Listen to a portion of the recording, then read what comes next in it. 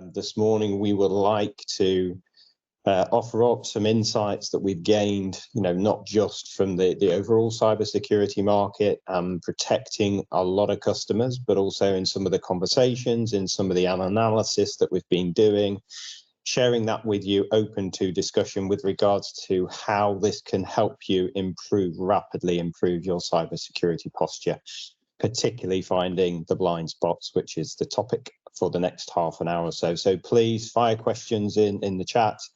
Please ask questions at the end for anything that we're obviously going to share, and we'll make this as interactive as we can. So where do we start? So we know, very high level, there are some very big signposts to nefarious actors and state-sponsored actors in terms of legal services. We know that legal services handle large amounts of sensitive data, and that in itself is a big signpost. We know that there are a lot of financial transactions, a lot of M&A, resulting in that, and an awful lot of people employed, particularly in the UK and globally in terms of the legal services businesses.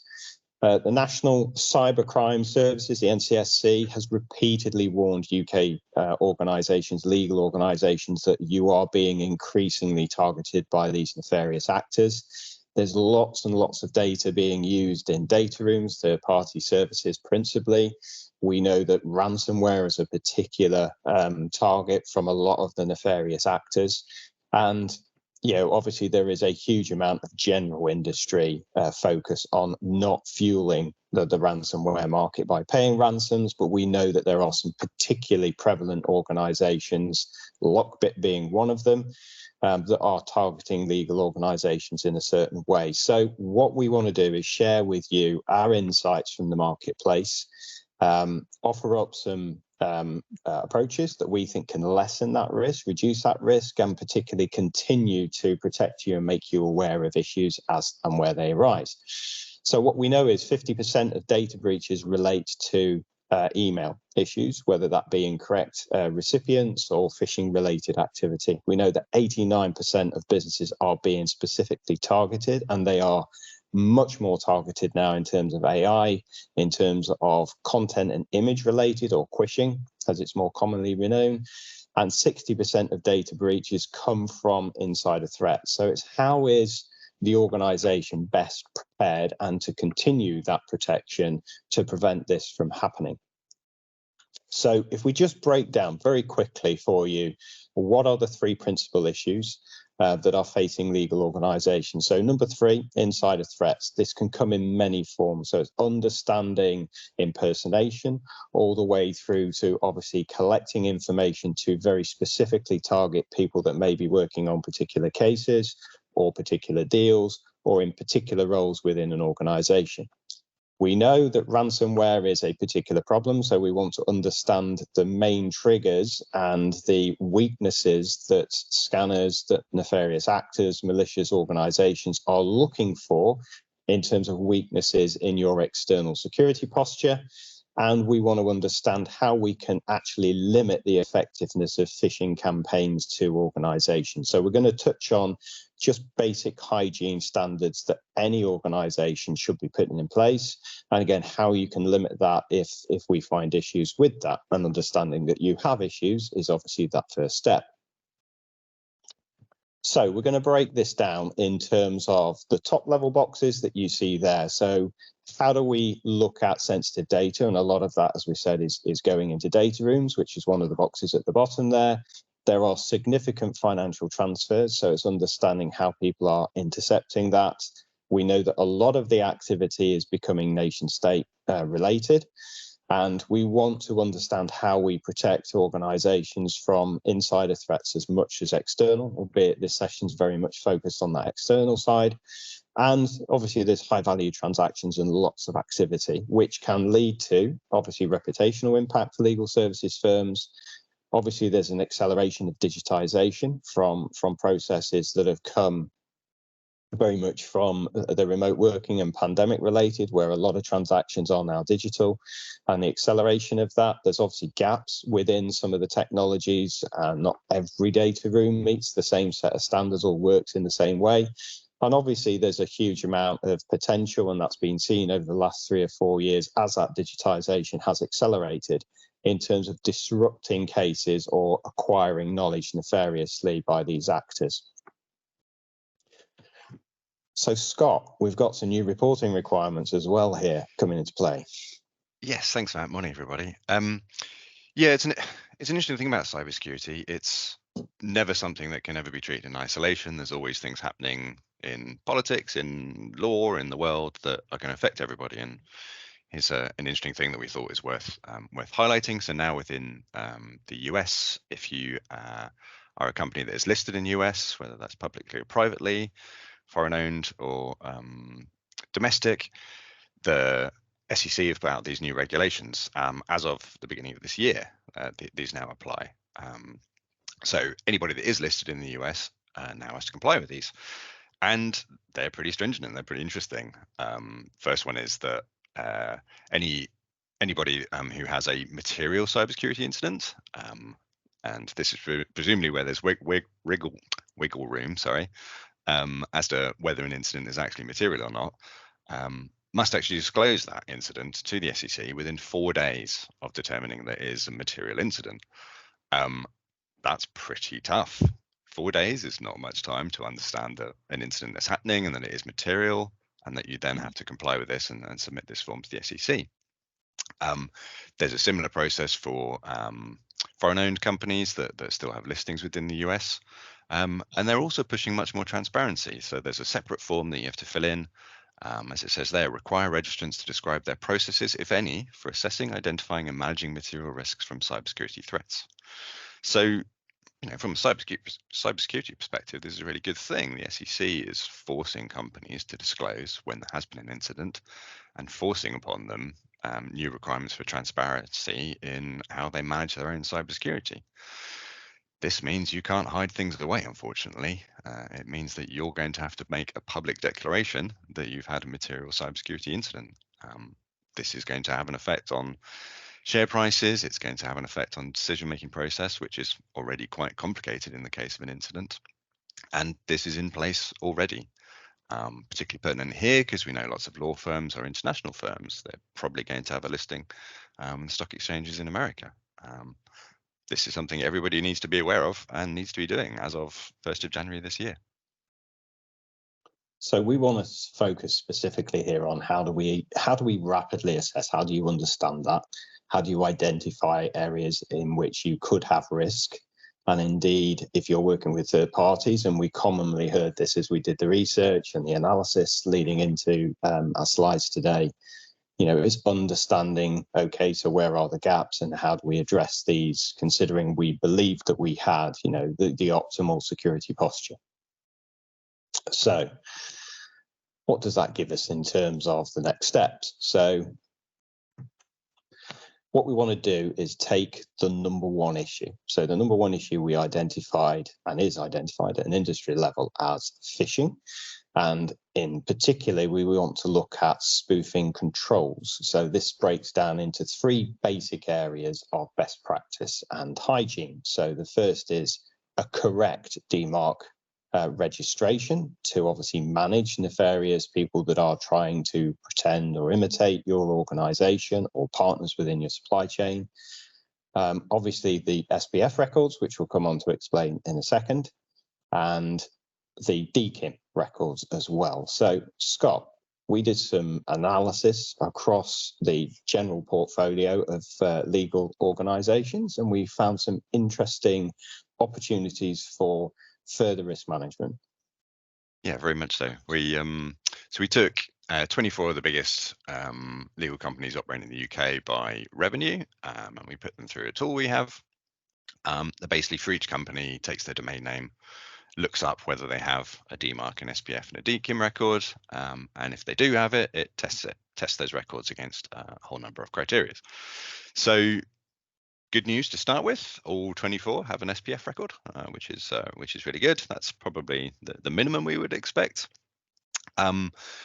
Less good potentially for the other 2 protections. So DKIM is a little bit tricky to test from the outside because you have to do some guessing at where the DKIM record actually lives. It can live in a whole bunch of different places. But we're pretty good at finding them, I think. And for 11 of those organizations, we couldn't find a DKIM record. So that means potentially DKIM is a cryptographic way of verifying that an email came from who it said it did. So potentially there's 11 of the 24 biggest UK law companies in the country that haven't applied that to all their outgoing emails. Similarly, DMARC is the thing that kind of wraps SPF and DKIM together, and it basically tells recipients of emails from your organization what to do if they have a failure with SPF or DKIM. So, so it's really kind of enforcing rules on what people to do if they potentially get a spoofed email that looks like it's coming from your organization. 6 of the 24 don't have a DMARC record, or they do have a DMARC record, but it's set to do nothing, basically. So there's one field in DMARC called the policy field. And if you set that to none, as some of them has done, it is effectively the same as not having a DMARC record at all. So it's pretty poor. We'd kind of expect all big organizations to have these in place. Similarly, 7 of them are not collecting forensic reports. So one thing you can do in your DMARC record is say, if you get an email failure that is from my domain, send the report to this place. So that's what companies use to kind of aggregate data on whether email has been successfully delivered or being failed. And 7 of them aren't even doing that. So yeah, some good news, some kind of fairly poor news. Not that surprising for large organizations, unfortunately. As Matt says, though, these things are really crucial. This is how you this is the best technical means of preventing attackers spoofing your domain. As well as that, there's another fact to consider. DMARC, SPF, and DKIM are a really common way for outside parties to assess an organization's cybersecurity. So we've spoken to cyber insurers, for example, who won't even talk to a prospective customer about cyber coverage if they don't have these 3 records in place. So lots of tools out there, tools like FractalScan, for example, that are checking an organization's security from the outside are going to look at these 3 measures. So it's not just about the authenticity of the email outbound, in terms of it is your organization, and you can be certain of that because here's the certificate to prove it. But it is just a set of weaknesses that nefarious actors are looking for, which will then indicate to them that they should explore further, in terms of just basic hygiene. So we actually then started to look into a number of other areas, and specifically domain name spoofing. So what we do see at a more generic level is nefarious actors whereby they actually do either a living off the land campaign, so they're trying to find multiple weaknesses over a longer period of reconnaissance into legal organizations. And they may try to register very similar domains. They may try to copy. It's very, very, very common within both government and financial services. Or they may try to associate through social engineering or understand the level of brand protection that organizations do have. So, for example, if you take registrations, the number of legal services organizations that have accompanying or associated legal registrations at a domain level to their main seed or root domain is actually relatively low. But what we're going to do here across the next few slides is help you understand how this compares with the industry average. So what we can see as an industry average is only slightly larger. So we can see that legal organizations are taking into account, some of them, the registration or monitoring registrations. More importantly, you might not want to buy accompanying or associated domains at this stage. But it is really important if you want to protect brand, and indeed it will limit the capability of organizations, albeit there's a lot of different domain extensions, to impersonate or affect the brand reputation. So if we look at this from a social engineering point of view, this is a set of controls around how social engineering is monitoring domain names and domain activity. So legal organizations, very conscious of reputational elements to this, are taking this, as we can see in terms of reputation of registrations and domain registrations and social engineering, much more seriously. What we can see is there's a much smaller gap here. So again, protecting staff within legal services organizations using various tools, and again, looking for domain weaknesses or registrations, or constantly scanning, which is what brand protection does. Now, brand protection is a much more sophisticated service. Again, it's a perpetual service that you have to constantly scan for new domain registrations. But we can see here And again, this level's driven by very recent activity in financial services, in healthcare, and in financial organizations which are connected in supply chain. So there is a gap, and there's something that legal organizations, we feel, should be looking more extensively at in terms of protecting their brands digitally from organizations that would seek to impersonate or indeed use other very similar registered domain names to promote competing services.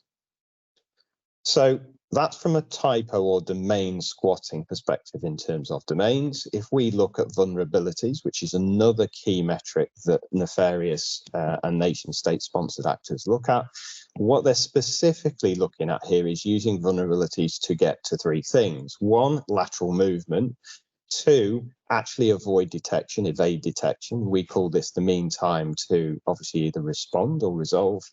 And indeed, is the organization continuously scanning? So actually, when we look at the legal organizations that are looking at the correlation of vulnerabilities to lateral movement, it is 7% compared to an industry average of 16%. So again, it's joining tool sets together. It's working with organizations that are looking at this from a holistic cybersecurity point of view, both internally and externally. If you look at this from obviously a measurement and a metric of mean time to respond, and again, nefarious actors are looking to evade detection, which has been very, very common in attacks of all industry sectors across 2023. You can see that there's still overall, whether it's legal or general, relatively low number of organizations that are working towards improving this number. It's certainly something that legal organizations should be focused on. And if we look at those organizations that employ continuous scanning, 13% in legal, the industry average is about 18%. Again, it's super important. Lots and lots of organizations have persistent vulnerabilities. We've seen very recently with the likes of Citrix and network vendors where zero-day exploits are immediately being used by nefarious actors to compromise security, elevate rights, and obviously compromise a business from a weakness that they can spot within the vulnerability. If you're not continuously scanning for that and have immediate awareness, again, there's a lag. If you're not measuring, obviously, the time to be able to detect that, and that is reducing, then that gives obviously the nefarious actor more time to get within your organization and obviously to exfiltrate data or indeed malware or ransomware attack a business. If we take this a step further and we look at supply chain, because we know that supply chain is also being very much focused on, you as an organization might invest in improved posture significantly, but is your supply chain in alignment with those best practices as well? So what we're looking at is three criteria here. The rapid cyber assessment of supply chain partners that you're working with, email security and hygiene, and continuous assessment, because vulnerabilities are constantly emerging and it could affect supply chains, even though your organization, your legal organization has great posture. So what we can see here within legal firms is only 6% of them do a rapid cyber assessment as part of supplier onboarding. The industry average is about 11%, but growing very rapidly at this moment in time. What you are seeing is ISO 27001, 2022 standard, and various other standards very much start to embrace supply chain as part of the overall assessment criteria. We can see when we think about email security, significant greater focus from organizations in the legal sector here, looking at email security and policy and processes to secure that, very close to the industry average. From a continuous risk assessment, and that's where you can use services from CloudGuard and obviously FractalScan to constantly and very cost effectively help the supply chain improve their security posture, seeing about 15% of legal services firms, rapidly rising in other sectors at this moment in time. So an opportunity for legal firms to significantly improve posture and to manage risk from supply chain as well. How do we manage supply chain risk? Well, working with organizations, it's working with them in partnership in terms of continuous improvement, maximizing that protection from a baseline, planning and preparing in terms of incident response, and constantly discovering and detecting and optimizing security posture, and leading into the green box at the top there, the continuous improvement to prepare and to test. And you'll see that in terms of our concluding remarks. What does FractalScan give you? It gives you a rapid assessment. So here, example organization, we can scan an organization typically together within 10 or 15 minutes and give you this assessment of security posture. Nice simple traffic light system at the top. And again, prioritization of actions and checks that we've completed, as well as obviously the scope of the organization in terms of domains, of network addresses, and vulnerabilities that are discovered. And this gives you an immediate awareness of where risk may be presented in working with a supply chain partner or even within your own organization. So, if you want more details on this, please reach out to us after the session. But Scott, let's look at some typical issues that we're trying to help customers manage more effectively. Sure. Yeah, so we took 10 big law firms from the UK and we put them into FractalScan. Nice thing about FractalScan is it's a passive tool, so you don't need people's permission to scan them. And what do we find? Well, unsurprisingly, we find pretty much the same kinds of issues that we see for large organizations. And I'll come on to some of the root causes of that in a sec. But what we've seen with things like out-of-date web servers. So these are all screenshots I took from actual results from some of these 10 different companies. One of them had a whole bunch of out-of-date Nginx web servers. Pretty common to be using Nginx, pretty common to have it a little bit out of date. The versions that they're using, unfortunately, were out of date enough that there's known exploitable vulnerabilities out there. So it's not just a vulnerability that we know about, it's one that the attackers know about, and we also know the attackers are going after it. So particularly bad. In a similar vein to what's running the web server, the websites themselves, lots of out-of-date components. We tend to see this on almost everybody's website because it's a ongoing problem, right? Your website is never up to date, unfortunately. There's always something to be doing. Everybody's website has lots of different JavaScript components. Those things need updating every week, every month, whatever. So, pretty common problem, but it's something that all organizations with a website need to keep on top of. A little bit worse, we found one organization had 48 websites that have an expired TLS certificate. So TLS is the thing that drives encryption for all your users visiting your website. If the certificate is expired, you get an error page like the one you can see there. So it was report room dot something. So there's a reputational thing as well. If one of your users finds this website and they get presented with this error, they're obviously going to be a little bit frightened and they're not going to be that impressed with the company. Even worse, if they then click past this error, all their traffic might not be encrypted. So could be out there for, could be vulnerable for interception or meddling. Thanks, Matt. So what are the root causes here? Well, as I mentioned, we see a lot of the same issues for big companies, and the reason for that is they have the same challenges. They've got too many assets to manage, too many assets to organize. If we look at large legal firms, they're going to be multinationals. They're going to have offices and a presence in a whole bunch of different countries. How many IT teams are they going to have? So there's a couple of graphs there that I took from FractalScan that were two sets of results that just show geographical location of assets for a couple of the legal firms we've been looking at. And you can see how complicated this is. So take either of those and have a guess at how many IT teams are they going to have. Maybe one per region, maybe multiple IT teams per region. Each of those teams has a whole bunch of different assets to manage. Unfortunately, from an attacker's perspective, there's always that imbalance. If you're trying to manage your own infrastructure, you have to fix absolutely everything. If you're an attacker, you only need to find one way in. So all they need is one unpatched website, one unpatched file transfer application. And it's hard to keep on top of your assets. And this is why we build products like FractalScan. Large companies genuinely find it difficult to even tell you all of the things they have online, to list all the websites they have, to list all the network components, network services they're using. And it's a difficult problem.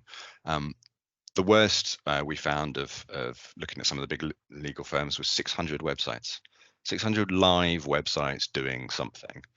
And fine, a lot of those websites might not have any data behind them. They might be for staff use and not customer use, but that is a difficult problem, keeping on top of 600 websites. It's exacerbated by the fact that you've got IT teams across different countries, you've got lots of M&A activities, you're absorbing other companies as well. This is why we see data breaches all the time for large organizations, because keeping on top of what they have, keeping them managed, keeping them patched is a very difficult problem. It certainly is. So where do we go from here? Well, let's try to learn some lessons, I guess, from, and again, we'll come to the question in a second, and it is a really, really good question. The important thing is that we are constantly trying to feed this information back to other organizations and learn from it, so we can help other organizations as well as those affected to be better prepared. And that preparation reduces the risk overall. So, Scott, we've got a few instances here across a reasonable timeline, 5 or 6 years, but again, some key learnings coming from this that we can actually help organizations prepare better with. Yeah, it's unfortunately it was pretty easy to build a little timeline of recent big attacks within the legal sector, and many people might have heard of some of these, but others might have passed you by. So we've got we've got 6 incidents there, but some of them affected multiple organizations. Going back to the big one, DLA Piper. So this was Petya ransomware, which is pretty common ransomware, hit lots of people around the time.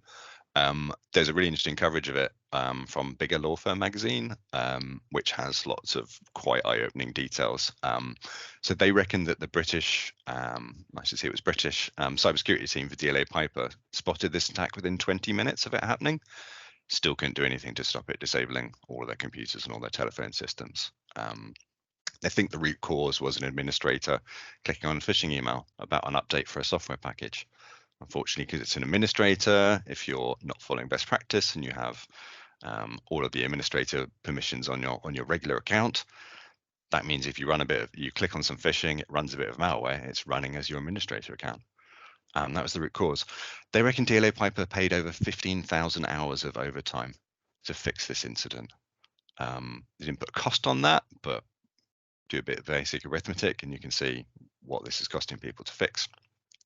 I think interestingly, we've seen similar issues, haven't we, Scott? We've seen it in Arnold Clark.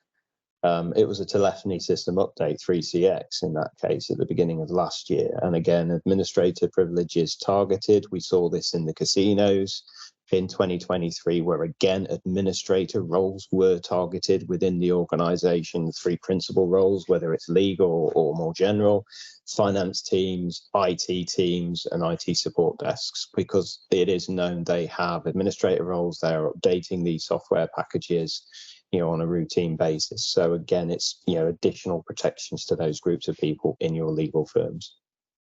And everyone's busy, right? Everyone gets a lot of emails. Some phishing is very convincing. So the focus really should be on the technical protections around how you're managing administrator credentials, how you're managing accounts, how you're enforcing MFA. There's a whole lot of what really are cybersecurity basics here that unfortunately not everybody is still doing. I think 4 of these incidents were ransomware. Gately was a loss of client data. There's not that many details out there as to what exactly happened, but they did state it was 0.2% of their data that was lost. So say they had 50 gigabytes of data, that would be 100 megabytes, which is in some ways not that much, but also 100 megabytes could be quite a lot of documents, quite a lot of customer data. What else we had? MoveIt ransomware. So MoveIt is a file transfer application that has been being attacked for over a year now. The Clop ransomware group, fairly well known. They're behind the June 2023 incident where they hit, there was, 4 legal firms amongst a whole other big list of big companies that all been hit by the same thing. Alan Overy happened relatively recently, so another ransomware attack. This was a Lockbit ransomware that we heard about earlier. One interesting detail here that's been reported is that so the Lockbit ransomware, like a lot of ransomware crews, they realized that a much more effective attack, if the victim refuses to pay out the ransom, because they can restore their data from backup, then the ransomware crews will just release all your data anyway. So you have that joint threat of we're going to encrypt all your computers, and even if you can restore those computers, we're still going to dump all your data online. In the case of Alan Overy, Lockbit took down their warning page saying that we've got lots of data from Alan Overy and we're going to publish it, which a lot of people might conclude means that they've actually paid out that ransom. And it's not the topic of this this meeting, but yeah, whether you should, whether you're allowed to as well, because the US is changing some regulations that might actually prevent people paying out ransomware to certain groups, is a very complicated decision that people need to be making.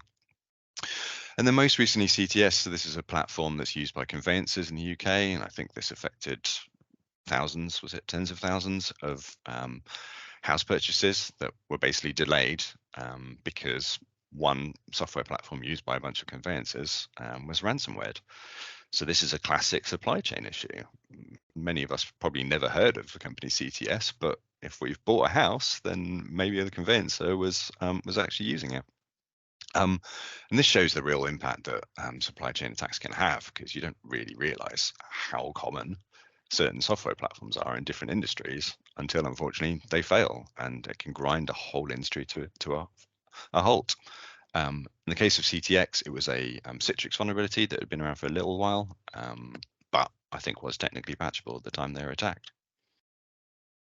So again, it comes back to those two key metrics we touched on before. So it is the time to respond and time to resolve, and understanding that with your absolutely critical, mission critical supply chain partners, and being prepared in terms of what is the recovery route. And one of the elements that we focus on within CloudGuard is helping customers not only refine and test their incident response plans with our colleagues in Fractal, but also to then look at different scenarios where, for example, if you take the Allen and Overy, where you've got double and triple lead extortion attacks, so they're going to obviously leak data, but they could have encrypted or taken storage keys within customer environments. Most organizations have business continuity plans that just follow the recovery of data. Now, have you tested the scenario if you can't recover the data? You know, what is your organization going to do?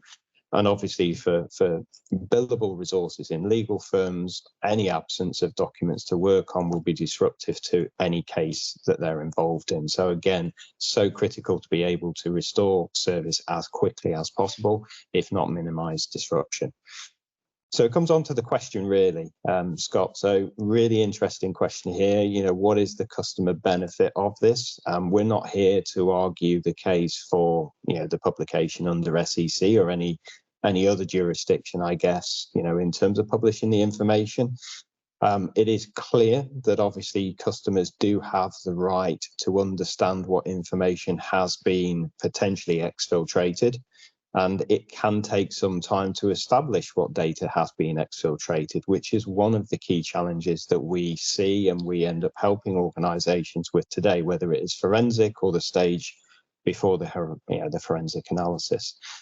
Personally, I would say, you know, from a customer point of view, you need to make customers aware of that. If you take the Capita incident at the beginning of 2023, or move it, as we've already highlighted, there was a period of time whereupon the organizations involved in those were not communicating as to what data or who was affected. And that's very difficult because that information, once it's in nefarious hands, can be sold and resold, and it's open to other organizations or entities or individuals to then use that information maliciously against those people. You know, it could be fraudulent identity theft, or it could be all the way through to impersonation. And we're increasingly seeing that marketplace. So that not just time to respond, but that time to communicate, we think is absolutely critical in the marketplace. Is the publication of a particular incident taking place within 4 days, for example, important to every customers for a bank or for any other organization? Well, it is if you are trying to protect from, you know, the exfiltration of funds or credentials if they have been stolen. There's no question about that. I think we would all want that as customers of banks. Scott, is that a fair view? Completely agree. And the only thing I'd add is the supply chain factor as well. If we say we're a company doing something and we use a custom some sort of custom software, CTS is a good example here. if they weren't forced to disclose they've had an incident, they've had an outage, then how are their customers going to know? So if I'm using a piece of software from a supplier that's crucial to my business, and this is forcing them to notify me that they've had an internal incident, surely that's a good thing. That means I'm more informed about what I need to do immediately, and also maybe it's going to inform my purchasing decisions for the software I'm using, the suppliers I'm using. And just to put things into perspective, it can be extremely difficult in those first few hours and days of a large-scale ransomware attack to actually understand what has taken place and what data has been exfiltrated. So 4 days is actually a really, really compressed window in which you are working in. And even after 4 days, if you take any incident, the team can already be fatigued in terms of trying to understand, and then trying to communicate a story which is incomplete can also then cause significant concern, for all parties, involved. And forensic analysis can take days, weeks, and even months in some cases. If you take Boeing, for example, last year, it was, a very, very complex supply chain. It was a very specific part of Boeing that was targeted. And, the forensic analysis actually took 8 weeks to complete. And people want answers in that period of time. So, for any organization being better prepared to handle those scenarios is what we are recommending, rather than just a pure emphasis on, what is in the public interest right now in terms of communication. But that's where working with, expert partners like ourselves who do understand, how these organizations maliciously do typically operate in terms of their playbooks or the nature of their attacks, and again, how organizations can actually better prepare, minimize the attack surface, absolutely. But again, it's also in the preparation and the response of that we need to help organizations, legal organizations particularly, improve, because you are being more targeted. Are there any other questions that anybody would like to ask Scott, myself, in relation to this?